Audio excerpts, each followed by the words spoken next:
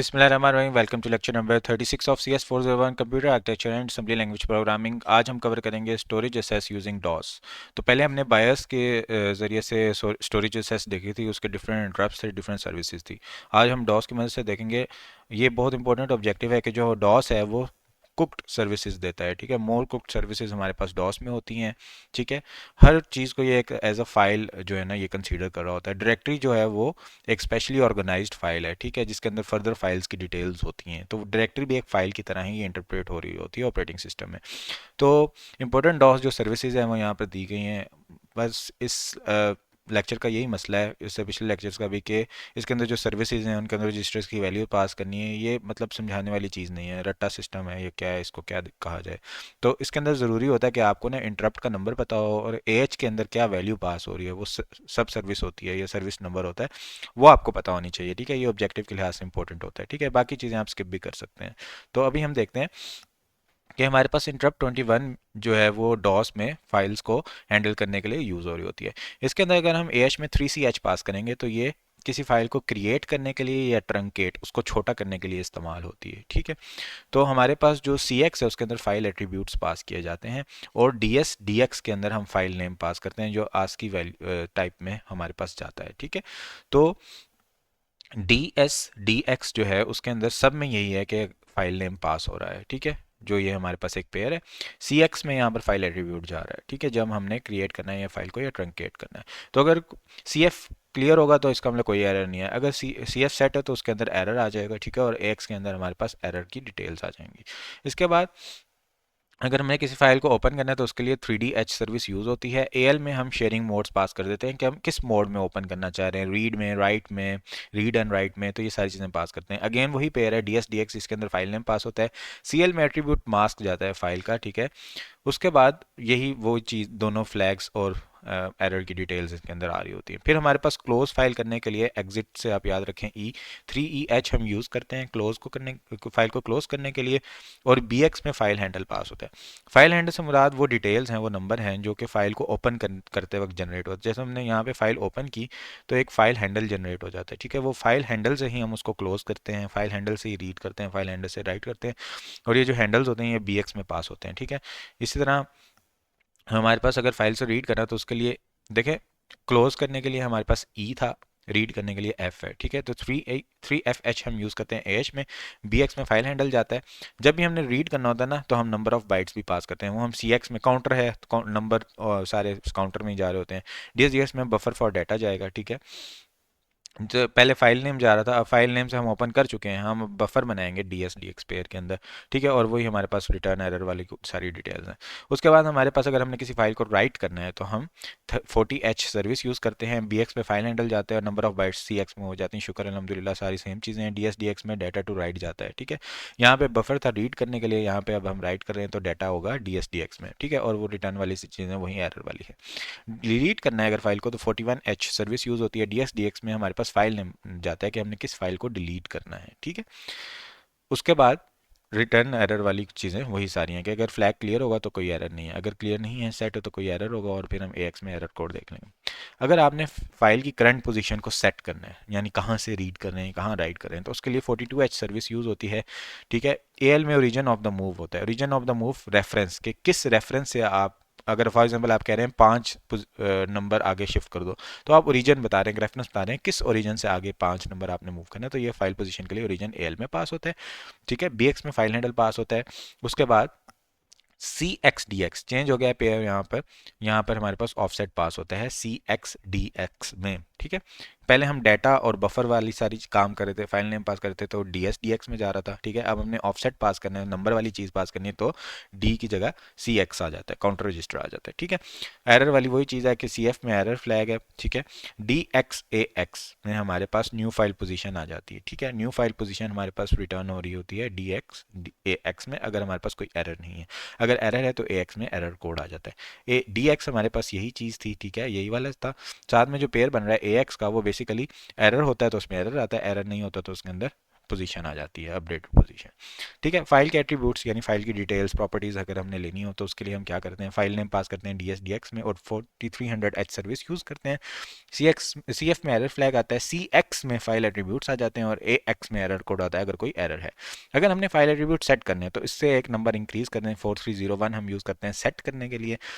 New file attribute CX में पास करेंगे। देखें जब रिटर्न हो रहे थे फाइल एट्रीब्यूट CX में रिटर्न हो रहे थे ना, तो CX में हम न्यू पास करते हैं। ठीक है, DSDX में हमेशा फाइल नेम जा रहा होता है इसी पेयर में, और ये एरर डिटेल्स हैं। तो ये है हमारे पास डिफरेंट चीज़ें थी। ठीक है, तो इसके अगर हम रिवीजन करें, ठीक है, तो हमारे पास सबसे पहले हमारे पास 3C से बनता है क्रिएट करने के लिए 3C इस्तेमाल होता है। ठीक है, ओपन एग्जिस्टिंग फाइल, कोई फाइल पहले से अवेलेबल है उसको ओपन करने के लिए 3D होता है।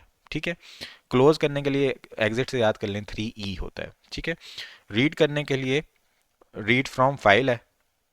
ठीक है, तो रीड फ्रॉम से करेंगे तो फ्रॉम से याद रख लें F3F यूज़ होता है। राइट करने के लिए हमारे पास 40H यूज़ होता है। ठीक है, उसके बाद हमारे पास डिलीट करने के लिए 41H यूज़ होता है। कर्सर पोजीशन अपडेट करने के लिए 42H, एट्रीब्यूट्स लेने के लिए 4300, एट्रीब्यूट सेट करने के लिए 4301 हमारे पास यूज़ होते हैं। डिफरेंट सर्विसेज हमारे पास अवेलेबल है।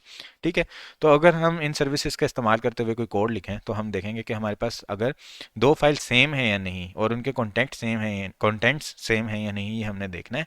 ठीक है, तो हम रीड करेंगे file names from command prompt. ठीक है, कमांड स्ट्रिंग जो है वो पास की जाएगी प्रोग्राम को प्रोग्राम सेगमेंट प्रीफिक्स में। ठीक है, तो कमांड स्ट्रिंग से क्या मराद है, फॉर एग्जांपल मैंने एक कमांड लिखी ना, ओपन, फाइल का नाम लिखा, आर लिखा तो रीड के लिए जा रहा है, डब्ल्यू लिखा, तो ये जो हमारे पास आर्गूमेंट्स होते हैं ना, ठीक है, ये हमारे पास प्रोग्राम सेगमेंट प्रीफिक्स में पास हो रहे होते हैं। ठीक है, ताकि पता चल जाए कि कमांड प्रॉम्प्ट ने जो कमांड भेजी है प्रोग्राम सेगमेंट प्रीफिक्स उसके अंदर वो लेकर आता है कि उसकी फर्दर आर्गूमेंट्स क्या हैं, डिटेल्स क्या हैं। ठीक है, ये ऑफसेट 0 पर होते हैं करंट सेगमेंट के अंदर। ठीक है, यानी करंट सेगमेंट के शुरू में हम प्रोग्राम सेगमेंट प्रीफिक्स लिखते हैं, इसलिए इसको प्रीफिक्स कहते हैं कि ये शुरू में लिखा जाता है। एरिया जो होता है हमारे पास 0 से लेकर 7F तक। ठीक है, इसके अंदर इंफॉर्मेशन होती है डॉस के लिए कि डॉस भाई आपने क्या करना है। ठीक है, कमांड टेल लेंथ होती है इसके बाद 80। ठीक है, यानी अगर हम इसको देखा जाए यहाँ पर तो 0 से लेके 7F तक डॉस के लिए इंफॉर्मेशन मौजूद है। एक नंबर है कमांड टेल के लेंथ के लिए कि कितनी लंबी कमांड टेल है, जो टेल है, ये आर्गुमेंट है, ये कितने लंबे हैं, उसकी लेंथ है 80 नंबर पे।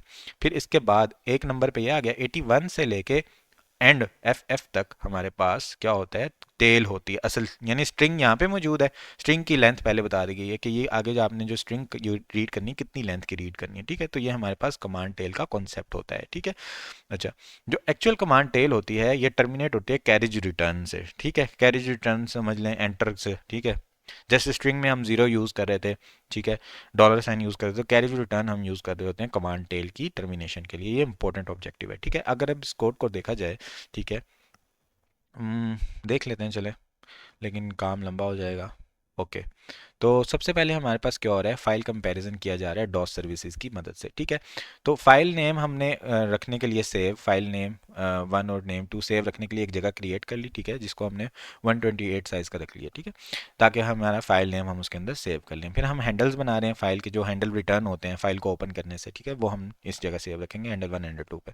बफर 1 बफर 2 हम रीड राइट करने के लिए बना रहे हैं। ठीक है, तो बेसिकली अभी हमने स्पेसेस बना ली सारी। ठीक है, अब हमने ना डिफरेंट मैसेजेस बना लिए, स्ट्रिंग्स बना ली। फॉर्मेट का ये आएगा यूजेज एरर, ओपन फेल का आएगा फाइल ओपन नहीं हो सकी, 2 के लिए सेकंड फाइल नहीं ओपन हो सकी, रीड फेल के लिए रीड नहीं हो सकती, सेकंड के नंबर 2 डालेंगे तो सेकंड फाइल रीड नहीं हो सकती।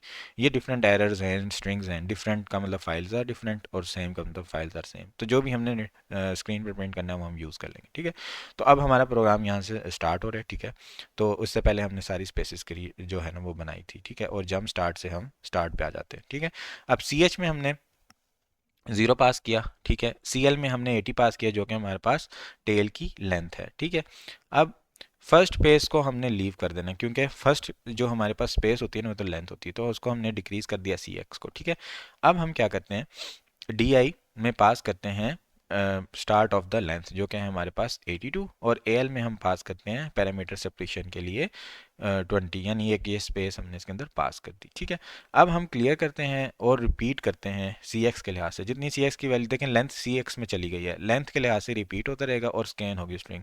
ठीक है, उसके बाद बाइट के लिहाज से उसको स्कैन करेगा, ठीक है, स्ट्रिंग को।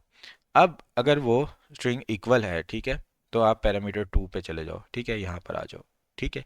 अगर नहीं है तो फॉर्मेट भेजो इसके अंदर, ठीक है, और जंप कर दो एरर पे, ठीक है।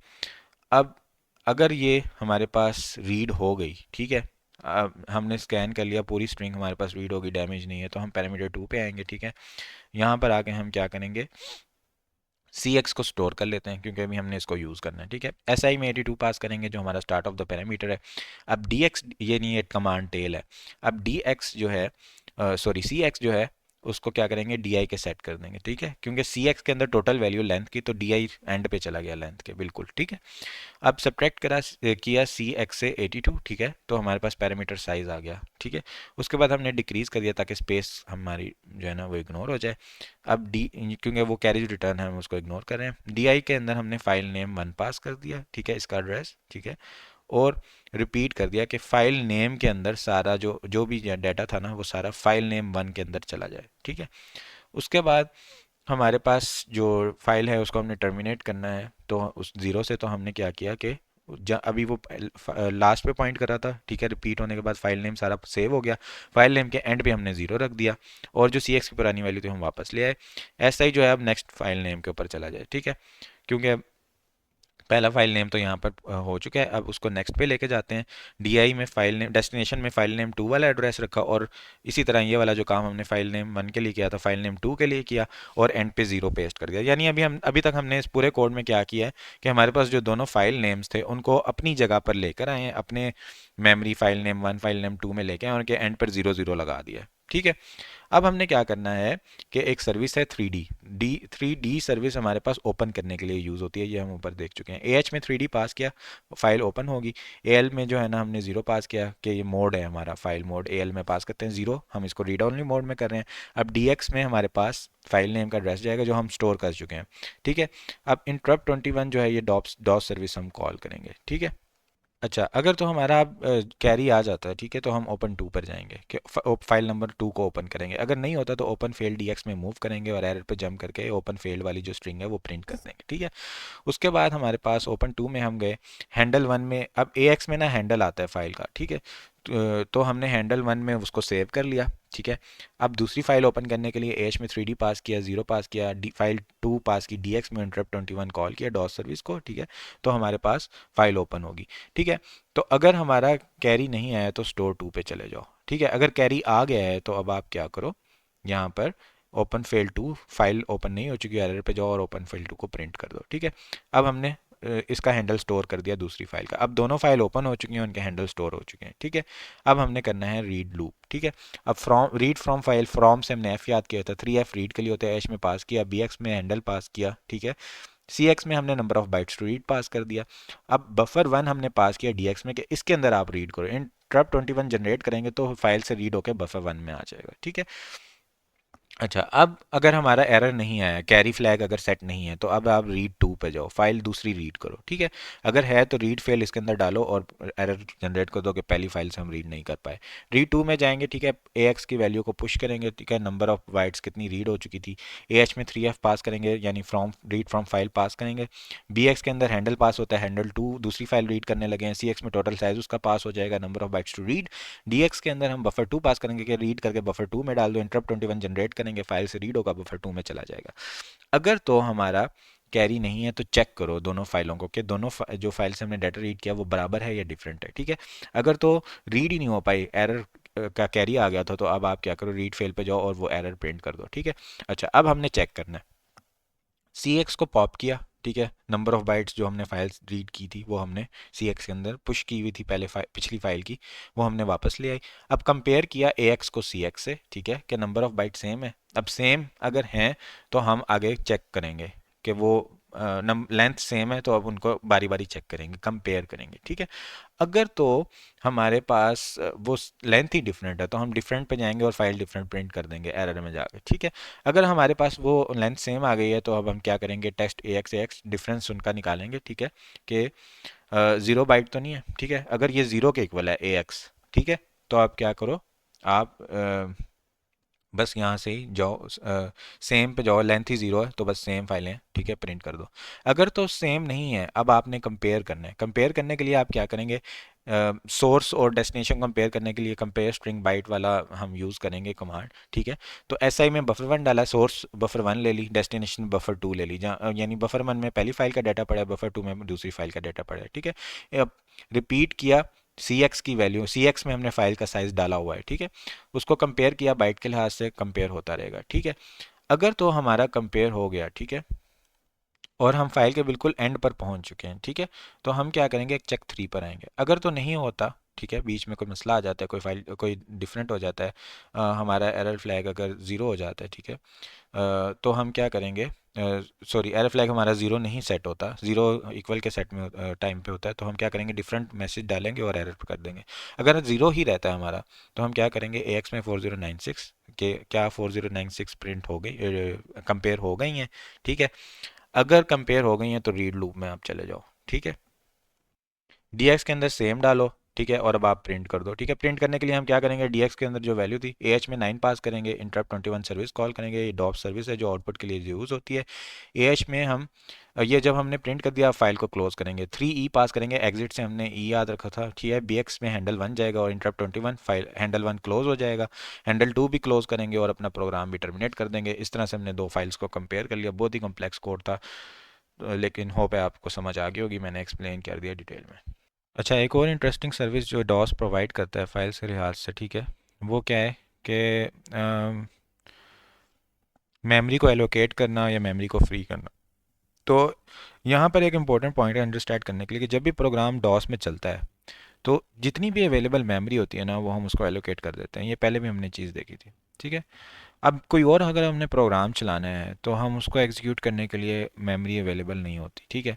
ये करता है कि हम अपने प्रोग्राम को ना बंद करके ना, जो उसके अंदर इररेलेवेंट चीज़ है जो हमें नहीं चाहिए, हम वो डिलीट कर देते हैं मेमोरी से, बाकी सारी हम रख लेते हैं, जिसको हमने नाम दिया था टर्मिनेट एंड स्टे रेजिडेंट, ठीक है।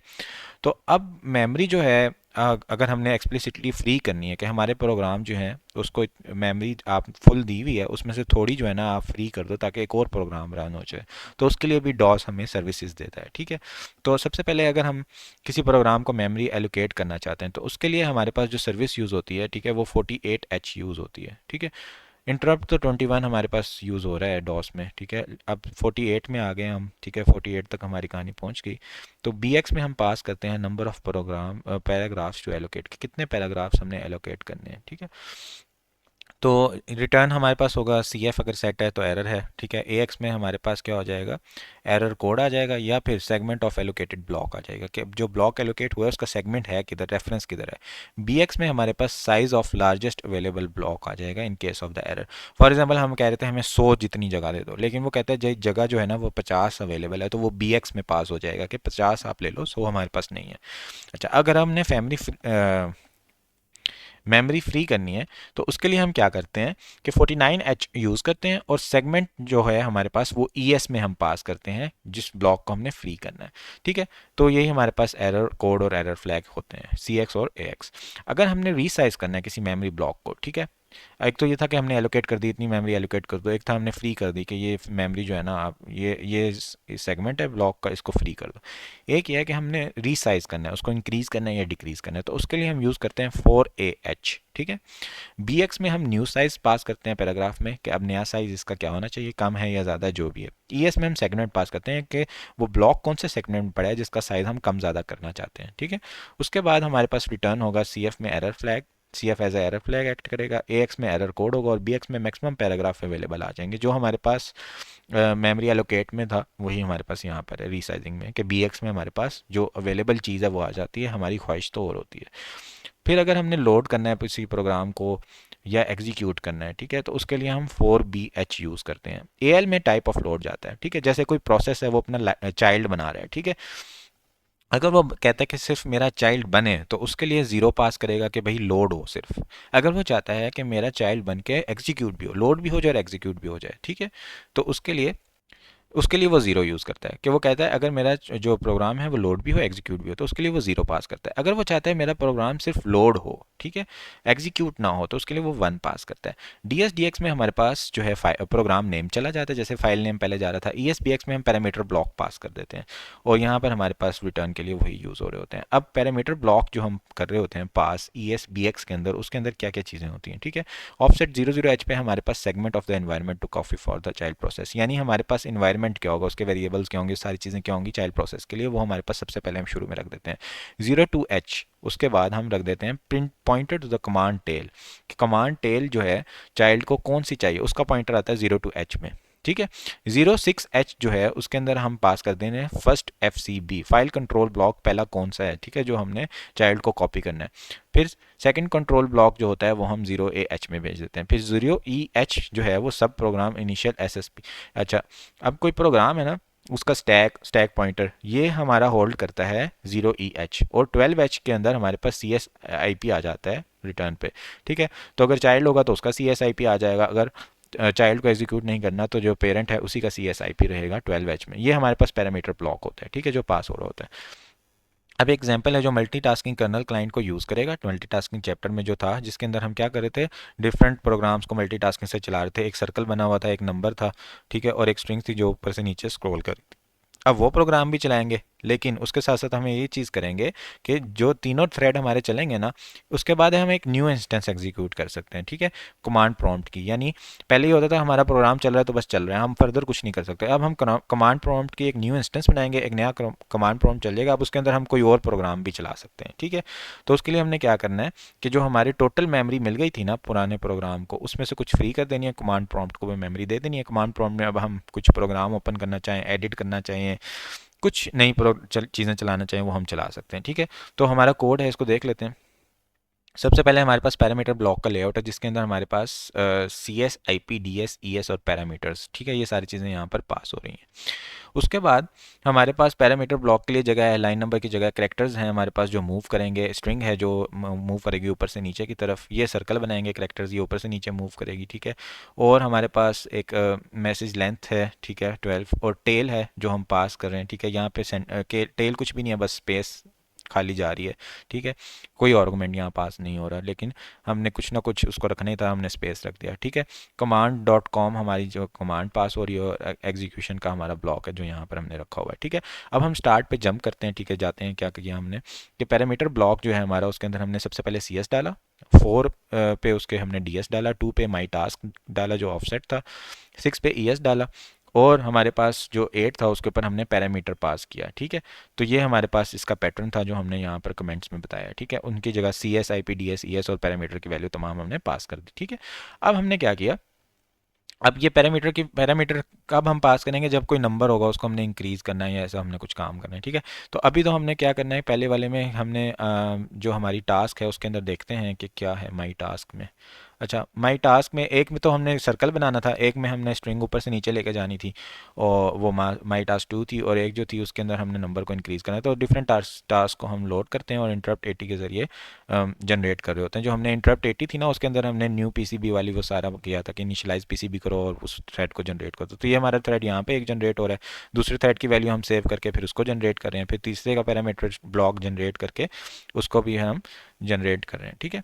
तो अब हमारे पास क्या होगा, 4A सर्विस है जो मेमोरी रीसाइज के लिए यूज़ होती है, ठीक है। अब हमारा प्रोग्राम चल रहा है, हम उसकी मेमोरी को रीसाइज करना चाह रहे हैं। रीसाइज करने के लिए हम क्या करेंगे कि सर्विस रूटीन है, उसके अंदर BX में एंड आएगा कि हमारे पास जो एंड है वो हमारे प्रोग्राम का यहाँ है, ये हम पास करेंगे BX में, और वही उसको 16 से डिवाइड करेंगे ताकि पैराग्राफ्स तक हम राउंड अप करेंगे। अपर तक राउंड अप करने के लिए 15 ऐड करेंगे, पहले 15 ऐड किया BX में, फिर 16 से डिवाइड कर दिया, तो हमारे पास number of paragraph shift right करने से आ जाएंगे जब हम इससे डिवाइड करेंगे, ठीक है, 16 से। उसके बाद इंटरप्ट 21 जब हम जनरेट करेंगे तो हमारी डॉ सर्विस कॉल हो जाएगी, ठीक है, जो कि इस एंड तक हमें रिसाइज कर देगी जो साइज हमारा बना था पैराग्राफ्स में, बाकी हमारे पास अवेलेबल हो जाएगा, ठीक है। अब हमने एक नया बनाना है प्रोग्राम, ठीक है, उसके लिए हमने 4B यूज़ करना है जो एग्जीक्यूट करेगा, यानी लोड भी करेगा एग्जीक्यूट भी करेगा। AL में हमने 0 पास कर दिया, लोड एग्जीक्यूट कर दो, ठीक है। अब क्या करना है हमने, कमांड कमांड dx में पास किया, bx में एग्जीक्यूशन ब्लॉक के आपने कौन सा ब्लॉक एग्जीक्यूट करना है, वो हमारा command.com है जो हम एग्जीक्यूशन ब्लॉक में रख चुके हैं। ठीक है, कि हमने जो कमांड है command.com और एग्जीक्यूशन ब्लॉक जो हमारा है, ठीक है, ये हमने दोनों वैल्यूज़ पास की कि हमने command.com को रन करना है। ठीक है, उसके बाद हमारे पास जो वर्ड है उसके अंदर हम टेल पास करेंगे bx+2 में, ds पास करेंगे bx+4 में। ठीक है, ये ऑफसेट है टेल का, ये सेगमेंट है टेल का।